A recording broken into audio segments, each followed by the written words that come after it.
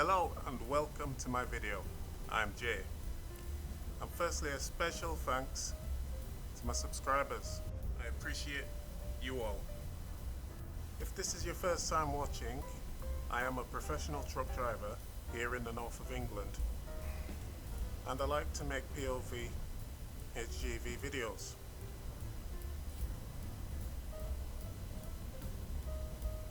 I would like to ask you a few questions.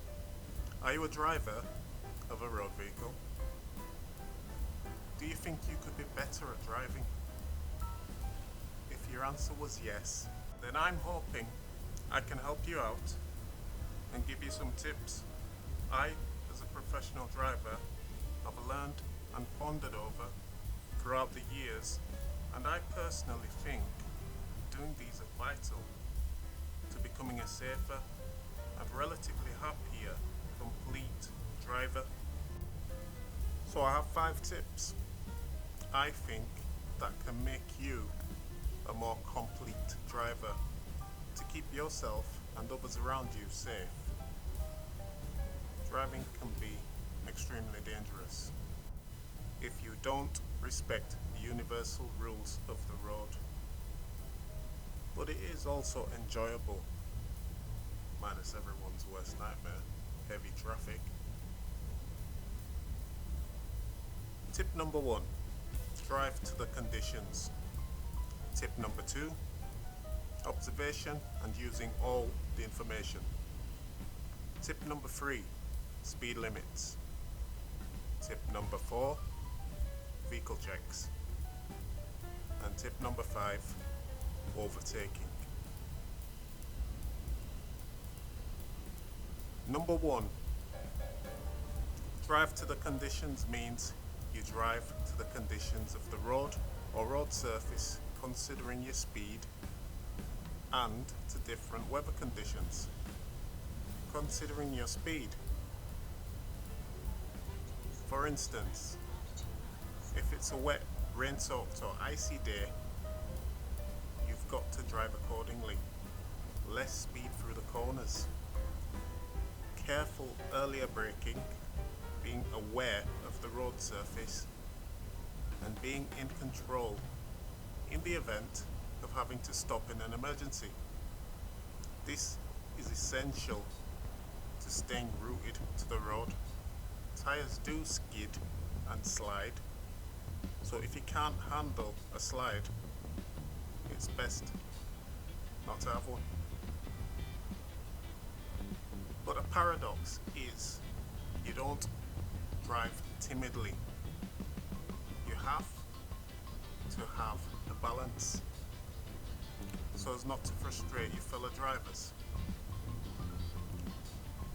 This is many drivers' problem. They overdrive to the conditions, or they drive with too much fear. Again, a balance is everything. A small point which seems obvious, but a lot of people don't do it. Whenever you are driving on snow, if there are tyre tracks ahead of you, drive in them. Yes, it's fun to make your own unique tracks, but it's safer for you. It's like stepping on fresh snow in smooth bottom shoes. You don't do it unless you want to bust your ass. Remember, the road does not care who you are or how much experience you have, myself included. It respects the driver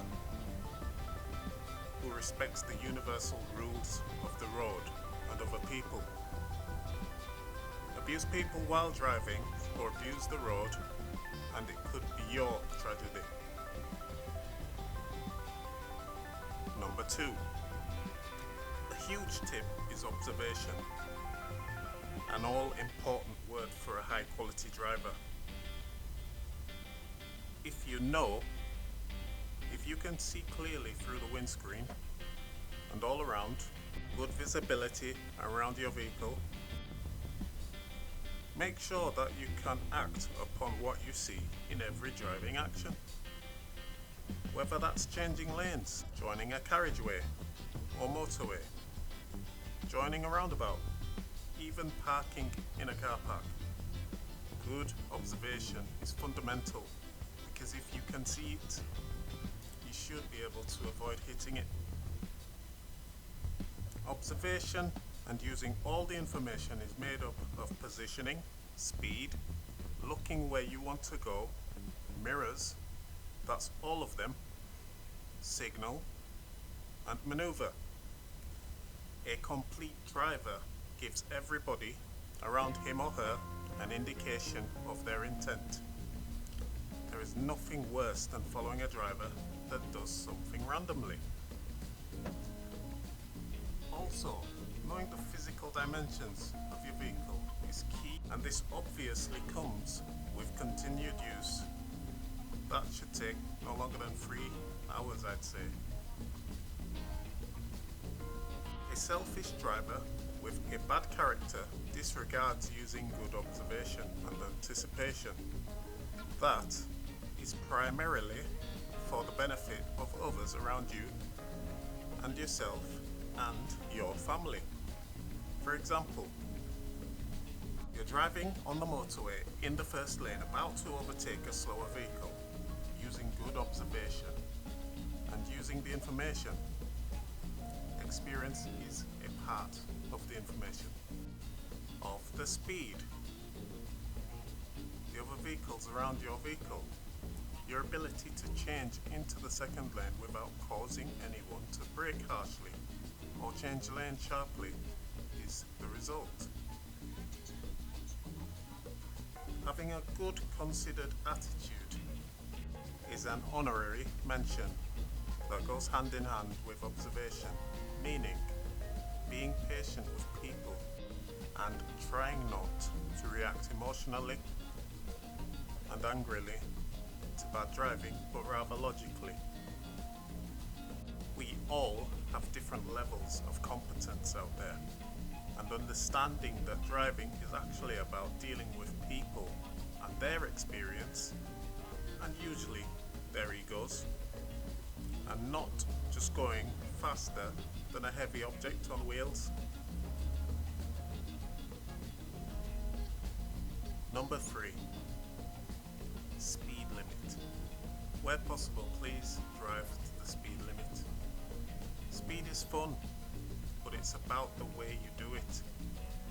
Driving 15 or more miles per hour under the limit is dangerous and thoughtless and should definitely be avoided.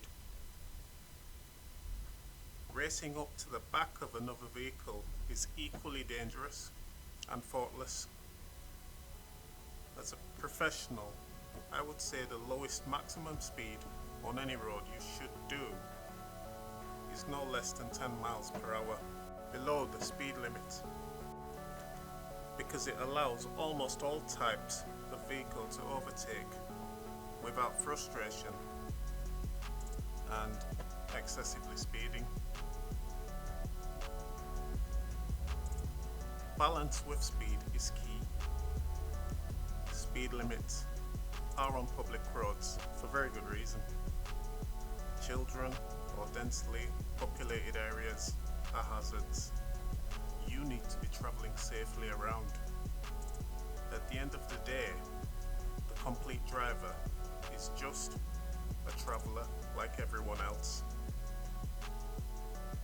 Look, I get it.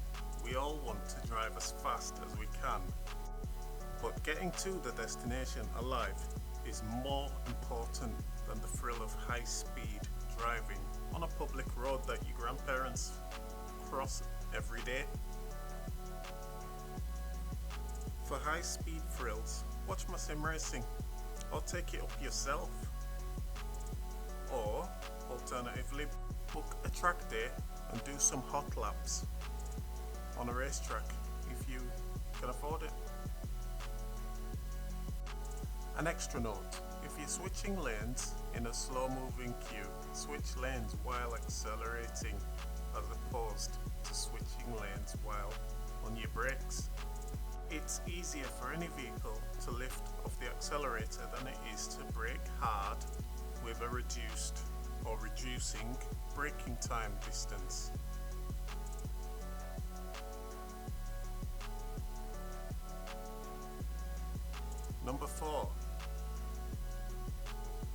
checks are what a professional driver does every single day, but doing them is beneficial also to you.